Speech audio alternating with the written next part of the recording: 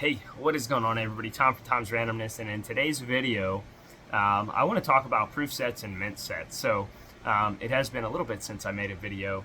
I had kind of a not great day. My old faithful cell phone, the Galaxy that I've had forever, decided not to learn how to swim when I was smallmouth bass fishing.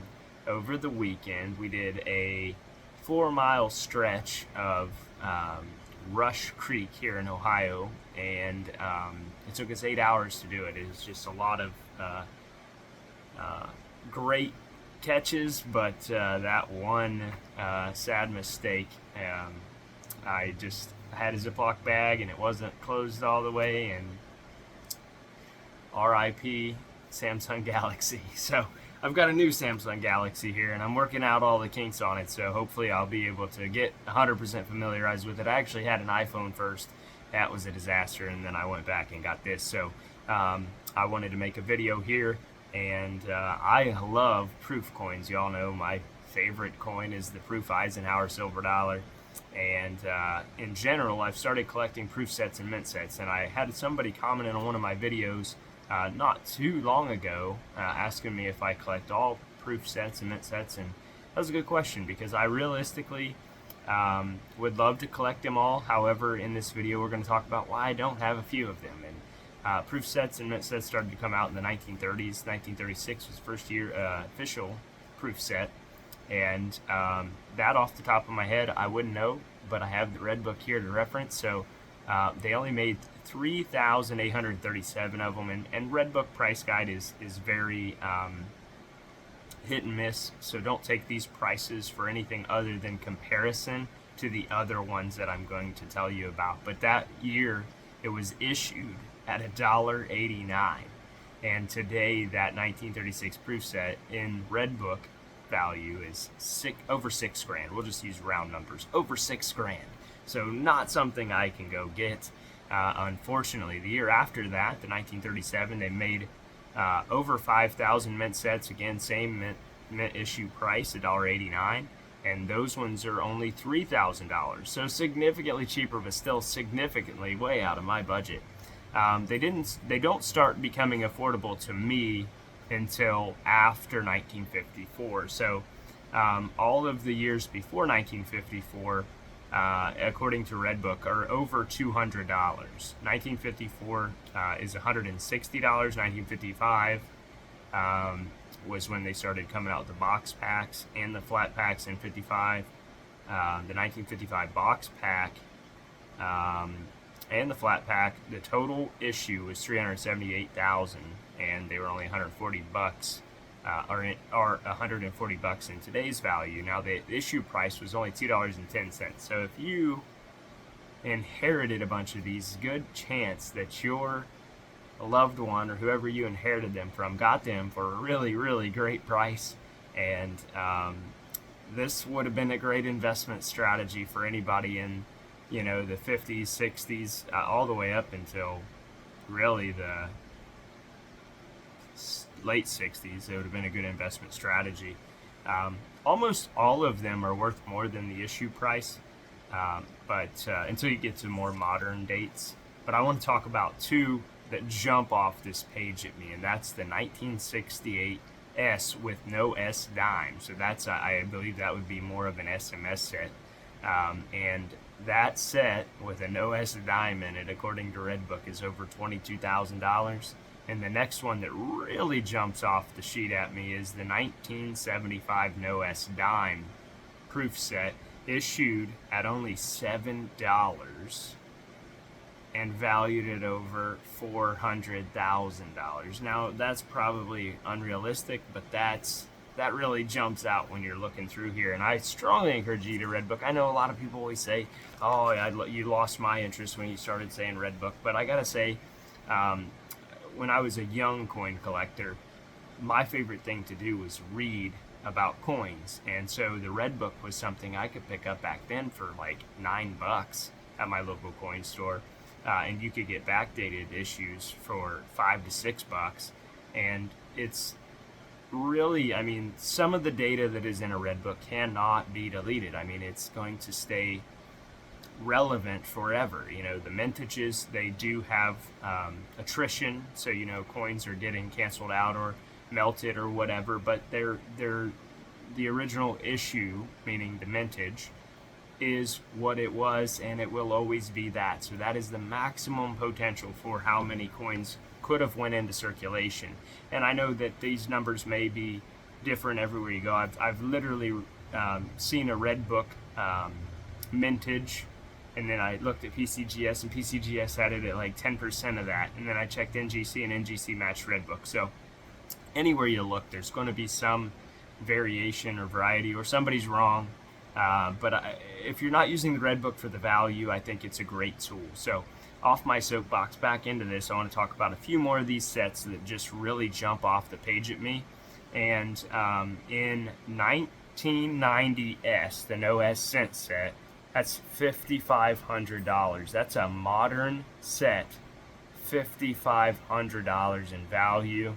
And then the 1990S Prestige set, $6,250. Again, don't use those numbers, but it's just something that's really interesting to me that you could have bought a $45 set in 1990, and today it's worth 16 times that, or what is that, 15 times that, something like that. That's crazy. 14, 15 times that.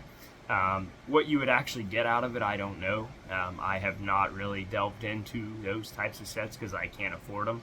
But there are several instances, especially when you have the data right in front of you like I do right now. You can see the ones that are outliers. You can just go through and you can see some that were issued at 21 bucks, valued at $280. And that's a 1998S silver set, valued at $280. Why, I don't know. I assume just because the mintage was so low.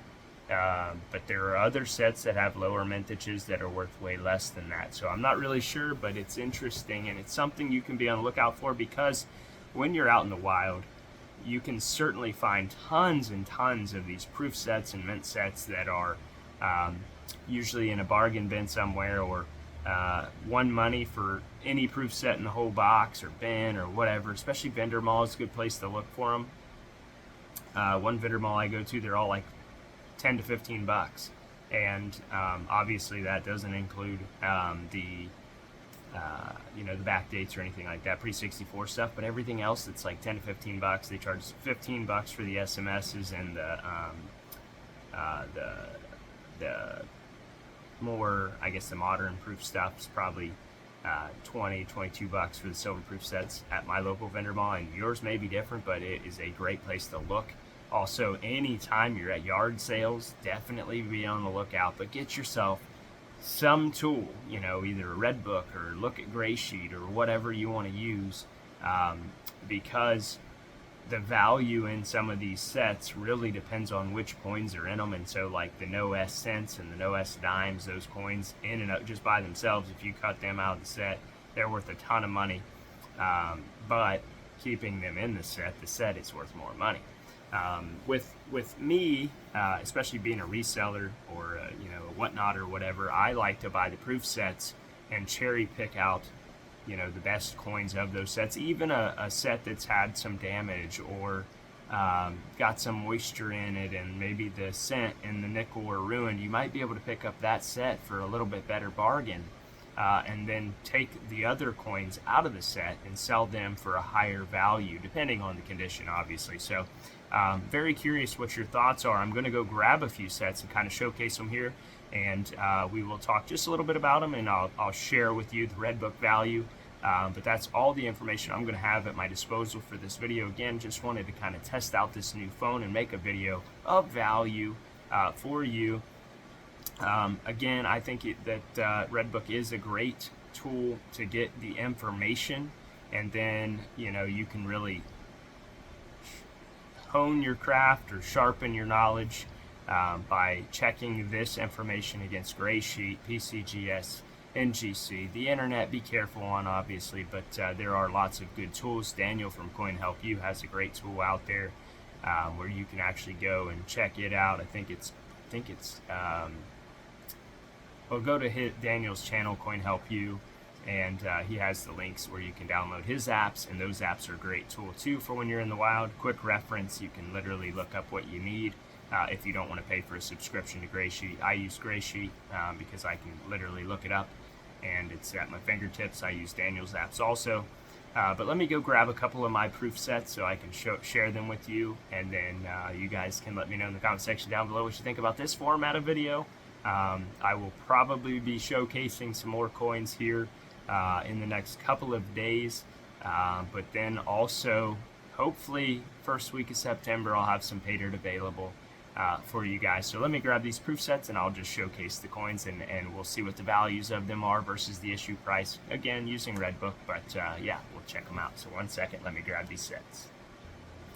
Alright, so in no particular order here, I just grabbed a handful of my Kennedy sets here. I think they're all Kennedy. You got 65. We're just going to start with 65. So the 1965 SMS set here. The 1965 SMS set in Redbook issue priced originally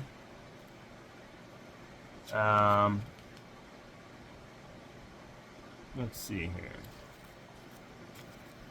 65 SMS. It's going to be in mint sets, unfortunately. Alright, so the 65 SMS set is not in here. Oh, here they are, special mint sets. So the 65 SMS set, it was originally issued for a price of $4. They made it to 2,360,000 of them, and the face value is 91 cents. The current value is $15. Again, according to Redbook. Let's take a look at these coins. I buy lots of coins.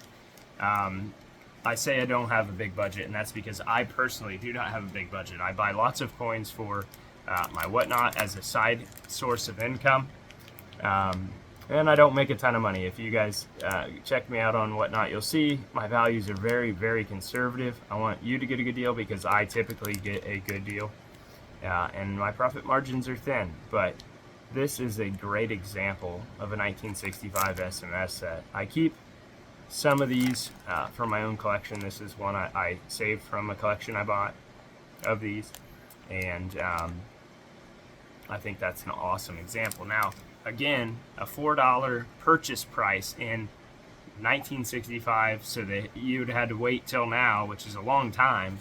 My dad was born in 62, so if he purchased some of these sets when he was 3, he'd be making some good money now, but you'd have to hold on to that for a long time. A lot of ups and downs along the way, so good investment, I don't know, but some of these are definitely a great investment. The new ones, if you get into the proofs, I think they're significantly more expensive. I know because I bought my kids the silver proof sets, and I think I paid around $50 each for them, so a long way from 4 times face. But you know, silver is worth significantly more now than it was then as well. Alright, so another one. Let's go to the next one. What's the next one we have here? 1968. I don't have 66 or 67, so we'll go to 68. A 68 proof set. This is actually a proof set instead of an SMS set. 66 and 67 would have been SMS sets. And if you get a 67 cameo, you got some money there. The SMS sets came in the rectangular box, except for the 65. They came in the paper packet, just like that. So the 68 proof set is a mintage of, and if this doesn't have an S dime in it, I got a lot of money in my hand. But the 68 was a mintage of 3,041,506. Issue price $5.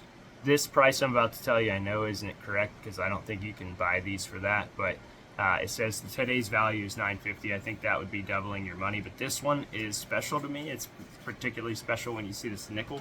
I cherry picked this one out. You guys may know I had to buy my mom one of these, and she was the only person in my family, I'm pretty sure, that I didn't buy one for because I thought I already bought her one. But this one is really pretty. And the dime, the nickel, and the half in this, or I'm sorry, all of the clad coins in here are very pretty, and the dime, or the half is, I believe, very close, if not cameo.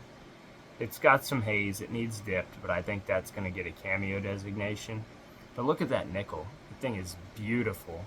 It's got some color, hard to showcase, don't have great lighting, but very beautiful. The quarter's got that kind of same look to it, and that dime has some color on it too. The penny is nice and red.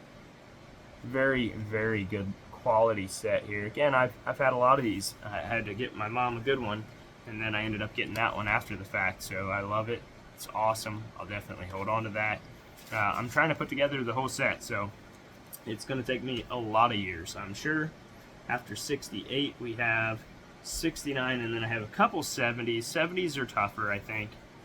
So this 69, again, has some hazing issues, but I think if I ever crack this out and I dip it, it'll be borderline cameo, but I think a star at a minimum. NGC will put a star on it. So the 69S, oh, we didn't even check. We didn't check if there's no S on the dime on that one. We'd be rich, huh? That nickel's my favorite coin in there, though. Now the S is obvious on there, but that nickel, oh, I'd love to have that in a certified slab. That thing is just insane. Purpley, colorful, beautiful. The 69 set is $5 issue price, $9.50 on the current value. Again, I think the front, the obverse there is cameo. If I get rid of that haze,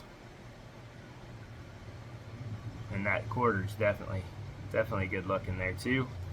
Cents red, probably close to cameo. Nickel definitely cameo. On the reverse though, that's where you got to have both sides of the coin. There are technically three sides of the coin, but I don't know if that would get cameo or not. It might get cameo, not deep cameo. I think it would be a wash. I don't think it would get it, but the nickel there is definitely cameo. Cent, I think it's close. I don't know. That's something I've never been excellent at, but I think that quarter has a shot at getting cameo. I don't know if any of them would get deep cameo, but the quarter would definitely have the best shot at it. Those are beautiful. I like them a lot. And then we've got some 70s. We got the 70 mint set. 70 is the key date. The 70 Denver. They didn't make a Philadelphia 70. They made an S and a Denver. S and a Denver only. So if you got a 1970, you probably have a San Francisco or a Denver. Now, I've had several of these in my life. I used to go with my buddy down to Cincinnati, Ohio. There's a place that bought all of his gold and silver from his pawn shop, and they thought I worked for him. I just told him about him, and he would take me with him. He'd buy me lunch for riding with him, and they would allow me to buy at wholesale anything I wanted. So obviously I did just that, and I bought a ton of these. They would sell these for a little over melt, and I would turn them into 18 bucks a piece. So awesome, awesome, awesome. I love it. That is the 70. The 70 with a no S dime is $1,100. Oh, that's the proof set. Sorry, the 70 mint set. We got to go back to mint sets here. 70 mint set. I know this is a long video. I'm sorry, but I'm not sorry because I love making it. It's good excitement, learning as we go here. Where did the mint sets go?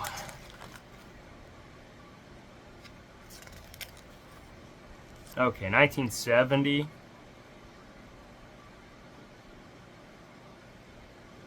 With small date cent, I don't know how to tell. I think I've said that before. Is $60. We're just going to say this one is $20 because it's just the large date cent variety, and the issue price was $2.50. So that would have been a good investment. Very good investment. 10 or 15 times your money. And with this one, you do get the PD and S, but you don't get, except for the Denver, because the S's were only proof $0.50, and there were no Philadelphias in 1970. But that's the key date of the Kennedy 40 percenters. Now we've got two 1970 proof sets here. We'll take a look at both at the same time. Got this quarter in here that looks really good also. Now these are clad, but I think this is my favorite one, and this is my second favorite, but it's my favorite. Yeah, this is my favorite quarter. These have some stuff going on them, but the Kennedy is so nice. You can see they got that haze going on. All of them do, except the Kennedy. The Kennedy's nice and pretty nice. It still has a little haze, but it's just common with these sets. But I do think that one is one I need to send in.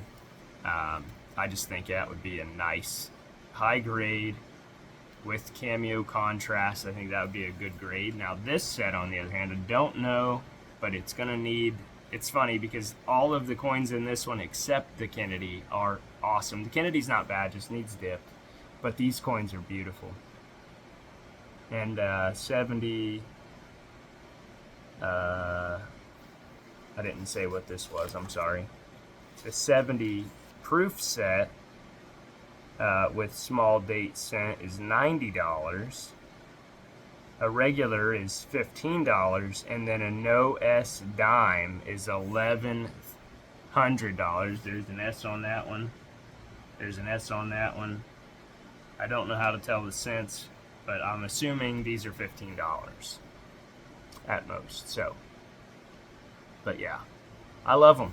Let me know what you guys think in the comment section down below. I've kept you way too long today, but I absolutely love proof sets. I like mint sets. I like looking at quality coins and as struck examples. I think that really gives you a good knowledge of what to look for. If you know what a coin looks like as struck, then it makes it easier to determine, you know, what level of wear has come off of it. So I think it's good to have a mint set and a proof set of kind of every type coin. So like a penny, nickel, dollar, if you can find one, good luck, half and quarter. Again, just to kind of help you identify what a coin should look like as compared to the coin that you're looking at to buy.